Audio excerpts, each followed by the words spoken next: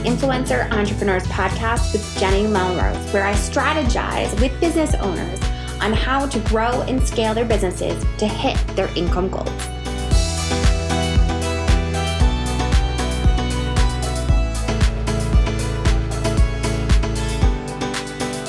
This is episode 345 of the Influencer Entrepreneurs Podcast with Jenny Melrose.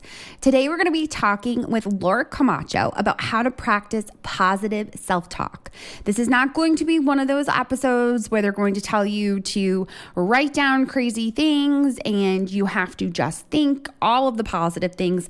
One of the things you're going to hear her actually correct me on is positive self-talk that is accurate. And I absolutely love the way that we break this down. All right, you guys, let's dive in. Hi, Laura. Welcome to the podcast. Well, I'm super happy to be here, and I'm very grateful to Sarah Sophia for introducing us. And I love your book, and I love what you're doing, and I love the fact that you're a school teacher, or used to be a school teacher, because I was too. I was a teacher at East Carolina University and some schools in Venezuela. So I love that we share that background. Yes, I love being able to bring fellow teachers onto the podcast because I know we're going to be able to give them so much value from the conversations because we're so good at teaching. Exactly. So everybody should be taking notes, right? That's right. Absolutely. All right. Well, Laura, will you introduce yourself and your businesses to my audience? Absolutely. So my name is Laura Camacho. I have a kind of a crazy background. I won't go into all the details, but I lived in Venezuela and Germany and Spain. I've traveled a lot, but I was younger career kind of following my husband because his business was international, and we would always like adapting to that situation. And so I had different jobs in the business and communication field intersection. In the 90s, I was a facilitator for the 7 Habits of Highly Effective People, or as we said in Caracas, where I was, los 7 hábitos de la gente altamente eficaz. So I do speak Spanish and some French and German. But in 2009 was a big year for me, as I know it was for you. And I was recently divorced, and I'm not happy about that.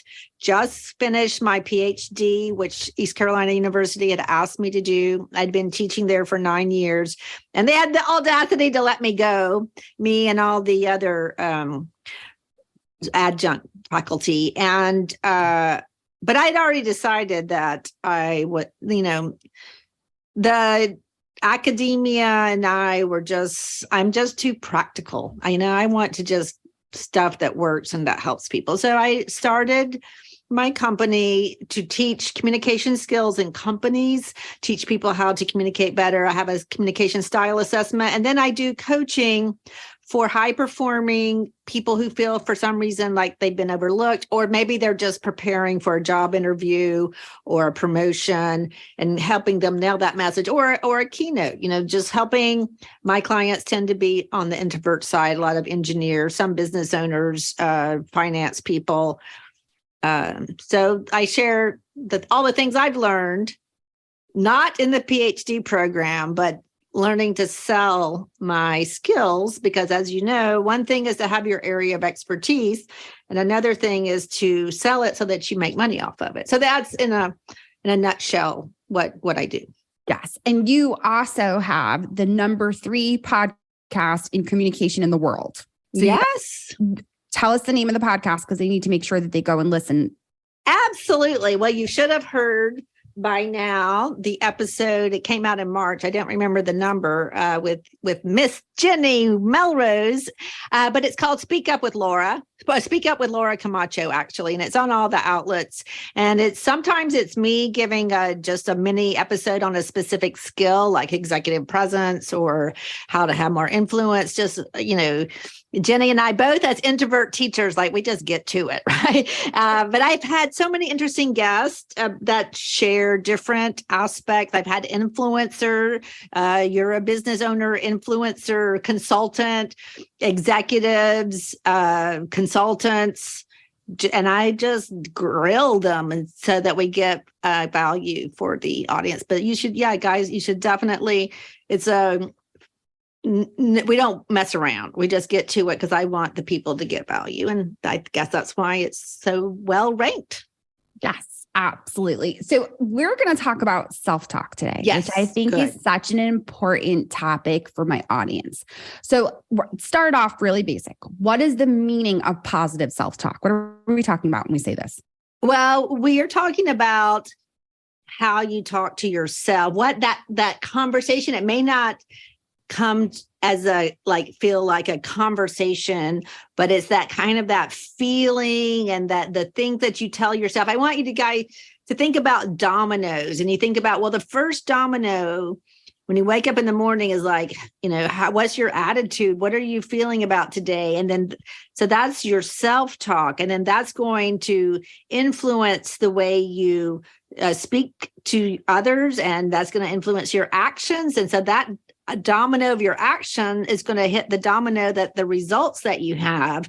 So if you're seeing that the results you're getting are not what you want, or you're just not feeling, positive, then you need to look at your self-talk. My audience is more corporate than business owners, and the way it shows up for them, people can be so mean to themselves. They can be giving a great presentation, audience engaged, and they're like, "Oh, Laura, I was so bad. I just did a terrible job." And it's not true. So I think more than positive, Jenny, I would challenge you on it. I think it's also being accurate. Like, it's not because I'm not teaching you to sugarcoat things. I'm not teaching you to say, well, even though you're just a mediocre at this, we're going to pretend like you're really good. No, I want you to be accurate. Maybe are there better communication coaches out there in the world? Probably, but I still help a lot of people, and I have the receipts to show it. That doesn't mean I'm the absolute alpha and omega of all communication for all people any day, but I do know how to help some people. Can I help every single person? I don't know, but that's accurate. So that's why I would challenge. What do you think? No, I'm so glad that you actually said that, because I think a lot of times my audience will hear people talking about mindset and talking about this positive self-talk, right? And they immediately say, well, I can't tell myself a bunch of lies because I know those lies aren't true.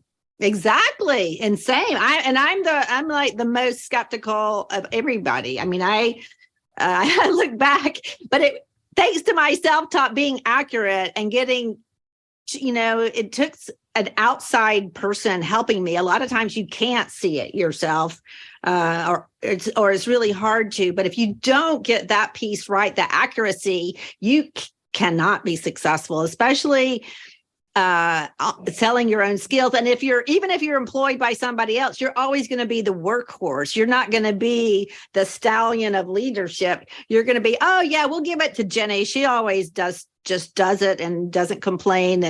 And Jenny's over there thinking, well, hey, I should be, have been promoted by now, because Jenny's thinking, well, if my good work should speak for itself, and so if they haven't promoted me, I must not be good enough. And that is not accurate.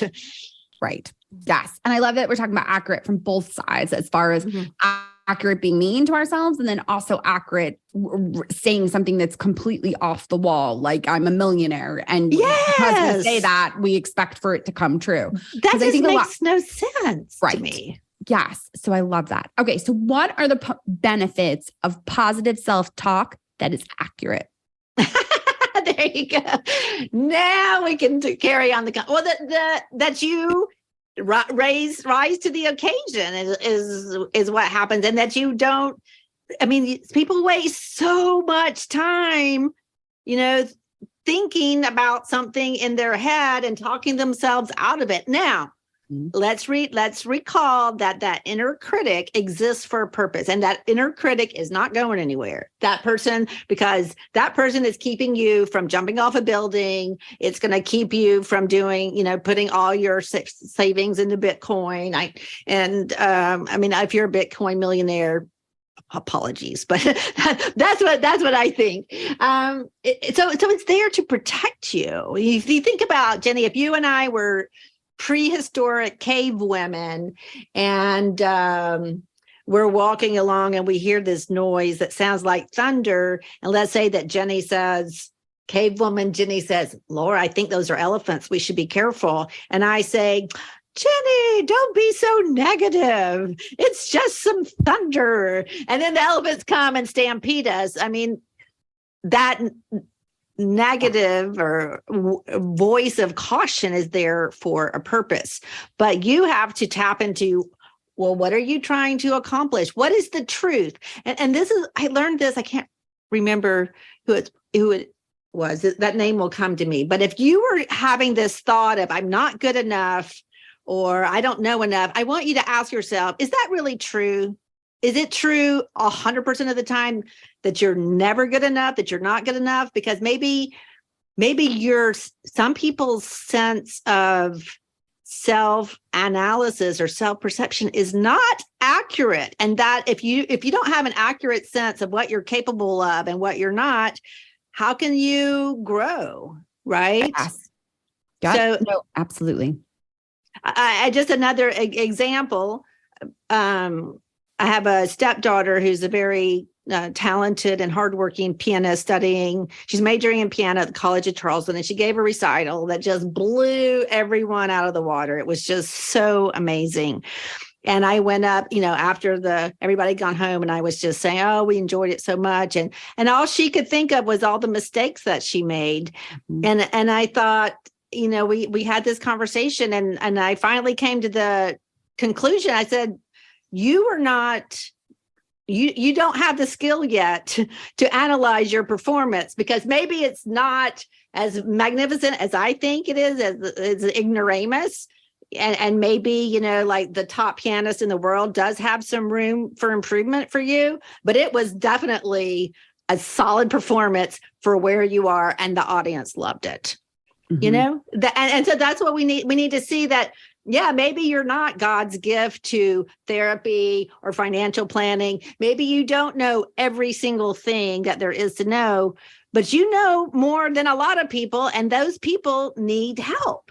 Right. Yes, you don't have to be the absolute expert. You just need to be a couple steps ahead of them in order to provide them with value.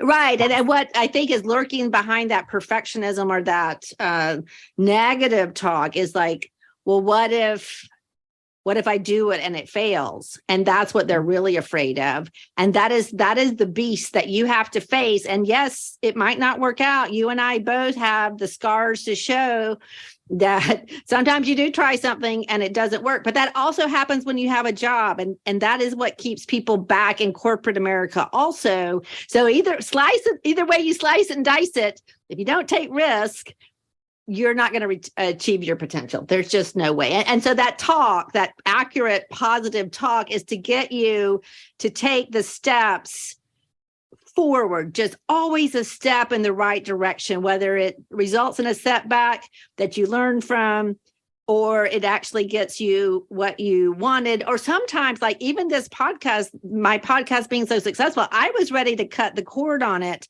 but I kept going because there was one particular author I had interviewed and I just loved her. And I said, well, that will be my last episode. But by the time that episode came to air, I had like this avalanche. Somehow I got on some people's lists and they were like, oh, I want to be on your, all these PR agencies. So that came to fruition, even though I don't know anything about podcasting. I'm a teacher. I'm a communication person. But I kept taking one step in front of another. Just keep moving forward. That's my mantra. Keep moving forward. Yes. And I love that, because I do think a lot of people, especially since COVID, are still continuing to do that, have to have that mindset of take one step forward, continue to see some progress. So what are some examples of positive self-talk? Let's use your podcast as the example. Like, I loved, first of all, that you started off first thing in the morning, because I think that is often where we forget that it needs to start. What would an example of positive self-talk look like for you? It would look like, let's see what are we going to do today, Laura? Let's see can we help people? Can we try to help people? Let's try to, just with everything you do, you want it to be a good experience. But you know what, Jenny, you just made me think. It's the same with public speaking. Yesterday, I was coaching this woman in California, and it was so obvious that she had fallen in the trap of just thinking about well, what are they thinking about me? And and they're not thinking about you. They're thinking about what are you doing for them. So when you turn your focus to how can I help people today? How can I serve people today? What can I do that maybe makes my work more effective? Maybe makes my podcast better.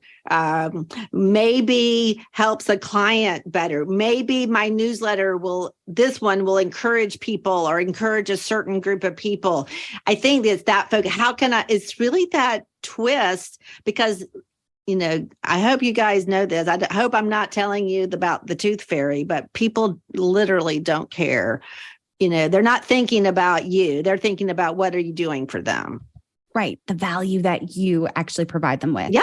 It's funny that you actually brought that up because for me, when Sarah Sophia introduced us via email, I didn't know if it was going to be the right fit. And I think me neither. Right? No. You even had that kind of coming into it. And the night before, I have started writing down 3 things I'm grateful for and three goals that I have for the next day.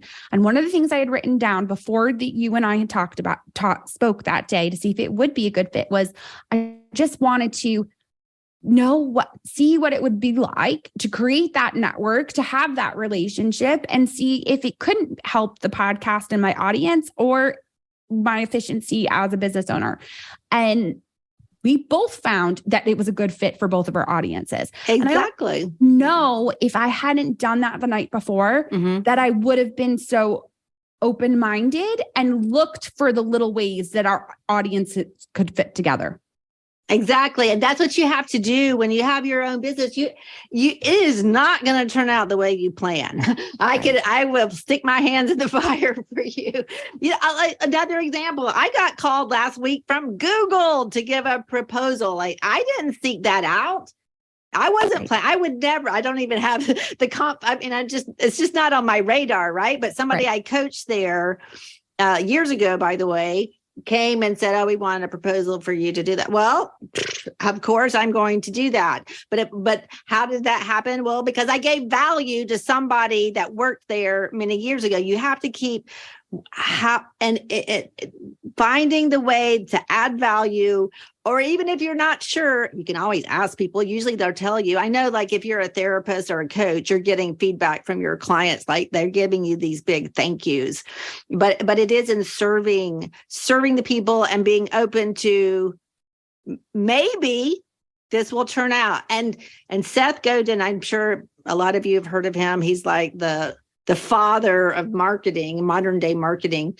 He said that he gave this advice because there's so many decisions that we have to make as business owners, where to put our money and our time. And he said, you have to take risk, but you want to risk so that even if it doesn't work out, you can still play. Like you can still get up, like you're not going to put all your life savings into a Facebook ad campaign, right? But you can put $100 or $500 or you can hire a coach. When you hire a coach, you don't know that it's going to pay off, but it sure has for me. Every time I've invested that money, because I'm really investing in myself, it has paid off, but I haven't, taken out a second mortgage to get a coach. I would not advise that because it's, again, going to being real risks, but you're not risking the farm, that you're just risking what you can afford to risk and moving forward.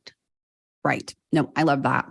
So we talked a little bit about positive self-talk. How can we actually turn negative self-talk into positive self-talk? Because I think that's the biggest thing that we kind of struggle with. You have to say, let's say that my self-talk says, Laura, you're really not very good.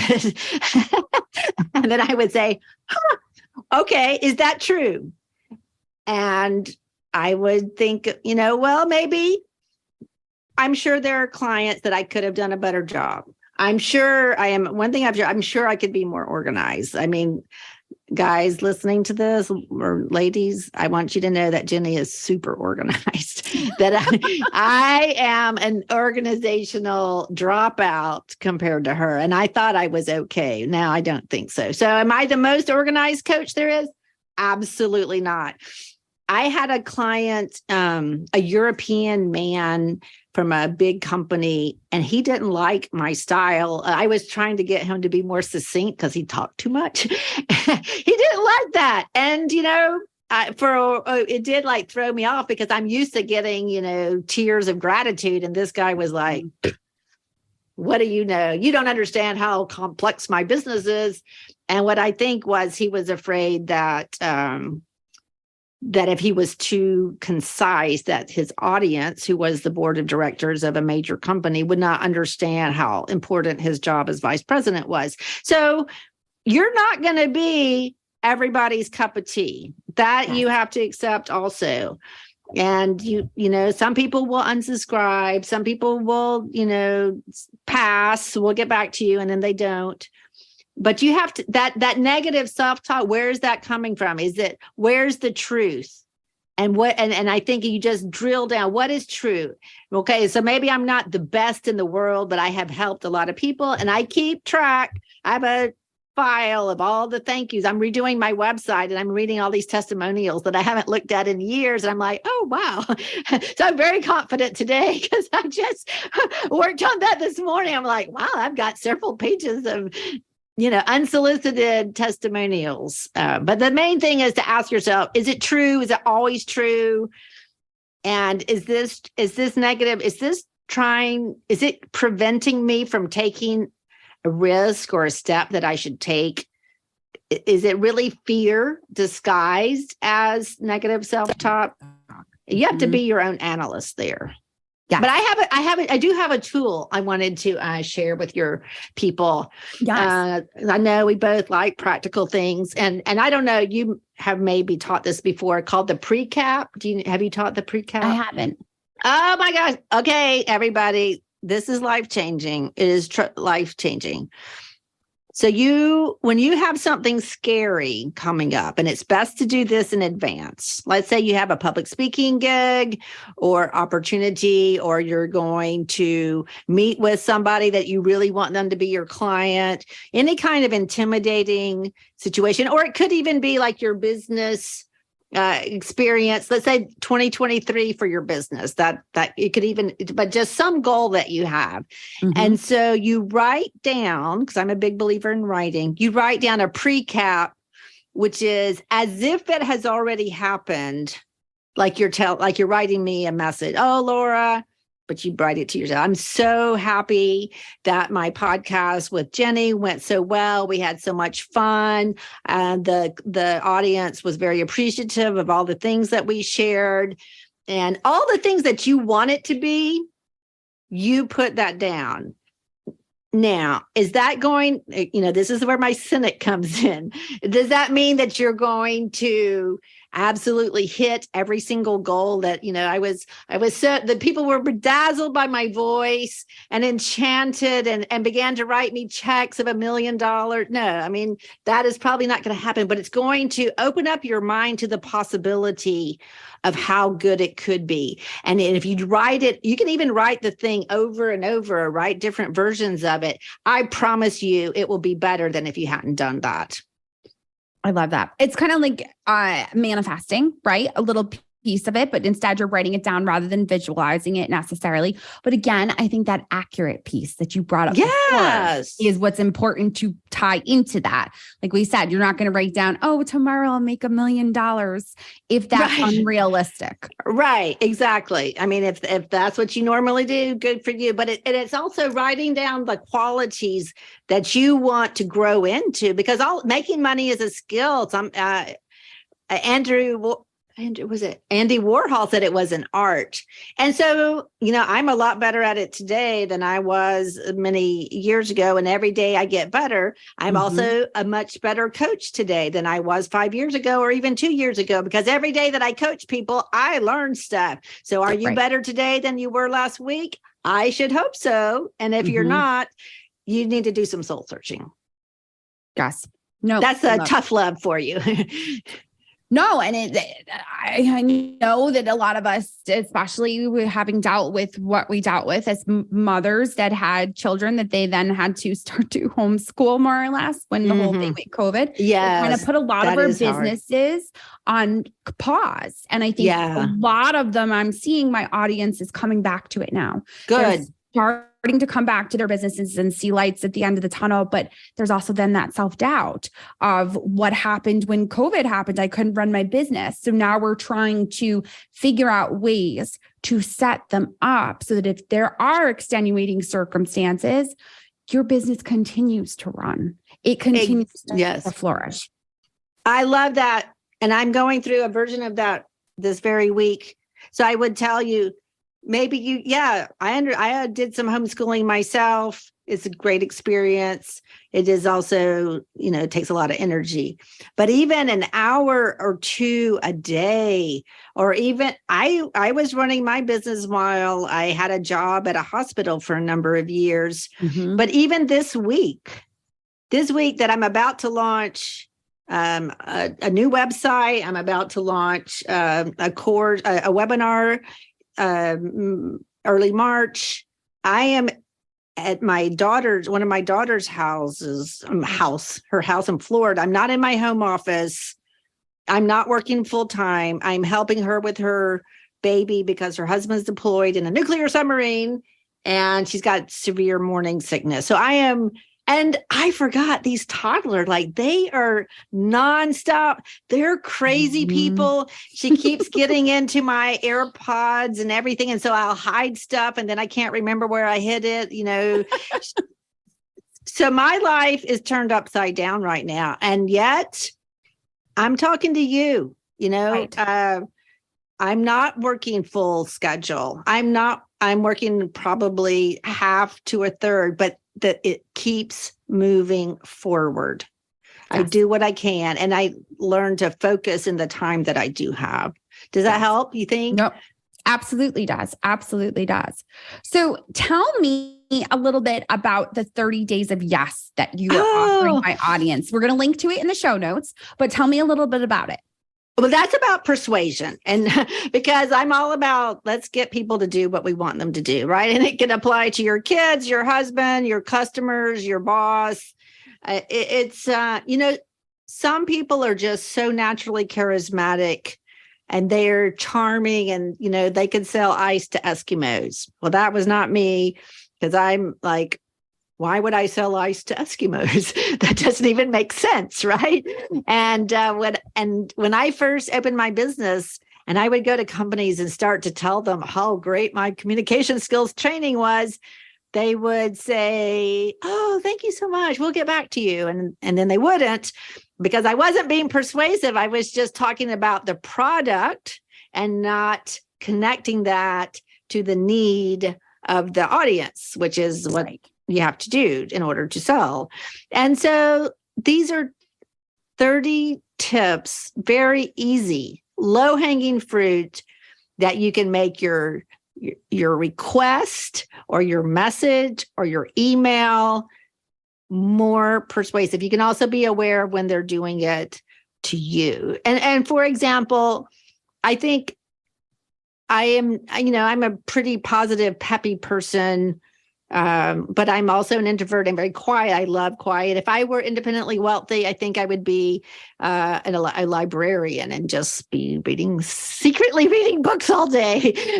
So I had to, learn. I'm not going to be able to just talk your head off. Like both, this podcast is half an hour. We're delivering like 2 hours of content in this because we're both like to the point. Yes. And that's the same thing. 30 days of yes. It's just 30 one short paragraph per tip. So you could do one a day, or you can skip and see which one, take one, practice with it, then go pick up another one. It's just going to get you those yeses and practice with things that are maybe not as important to you, like deciding where you're going to take your family vacation, or I don't know, some kind of goal that you have related to your business.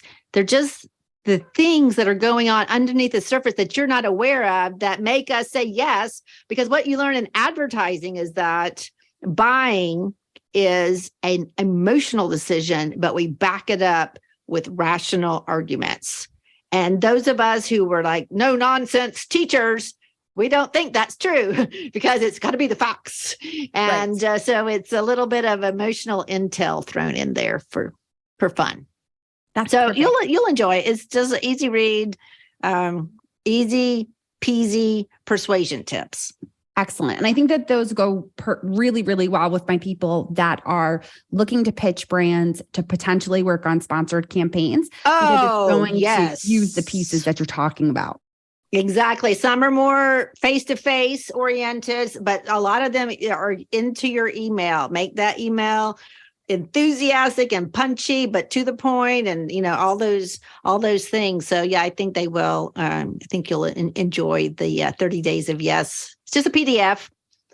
Excellent. We are going to make sure that we link to that in the show notes. And my audience also knows that if you want to send me a DM on Instagram, that I can send you the link directly to that as well. Laura, I appreciate you so much for taking the time to speaking with me, especially when you're in Florida with your daughter, helping her out. I really appreciate it. Oh, I'm so happy to talk to you. I want you all, if you're listening to this, it's because you have something on your heart or your mind that you want to offer to the world. Maybe you're looking for, want or need extra income, but you want to spend time with your families. I was that person too. And I'm awkward, introvert, would just rather be reading my books and eating chocolate than working maybe. And I'm exaggerating a little bit because we do work is an important part of life, but so is raising kids. And that's even more important. So I want you all to know that if you just keep taking steps forward every day, I think you should be able to find 30 minutes in a day that you just get something done. And working with Jenny, and she can help you decide, make that list of things to do. It can be done. It absolutely can be done. Excellent. All right. Well, there you have it. Make sure that you go and grab Laura's 30 Days of Yes. It is the perfect way to help you make sure that when you are pitching brands, what you are stating in your pitch email or when you're negotiating with them is more succinct and to the point. So you're going to want to make sure that you grab that. As always, I appreciate you all so much for listening. If you haven't already left a rating and review, I would appreciate it if you took the time to do so. Just scroll down on your podcast app. You'll see that it's right there. The stars are there. You can leave a review along with it. It helps to continue to get great guests like Laura, who is the number 3 podcast in communication. All right, guys, until next time, I will see you all then.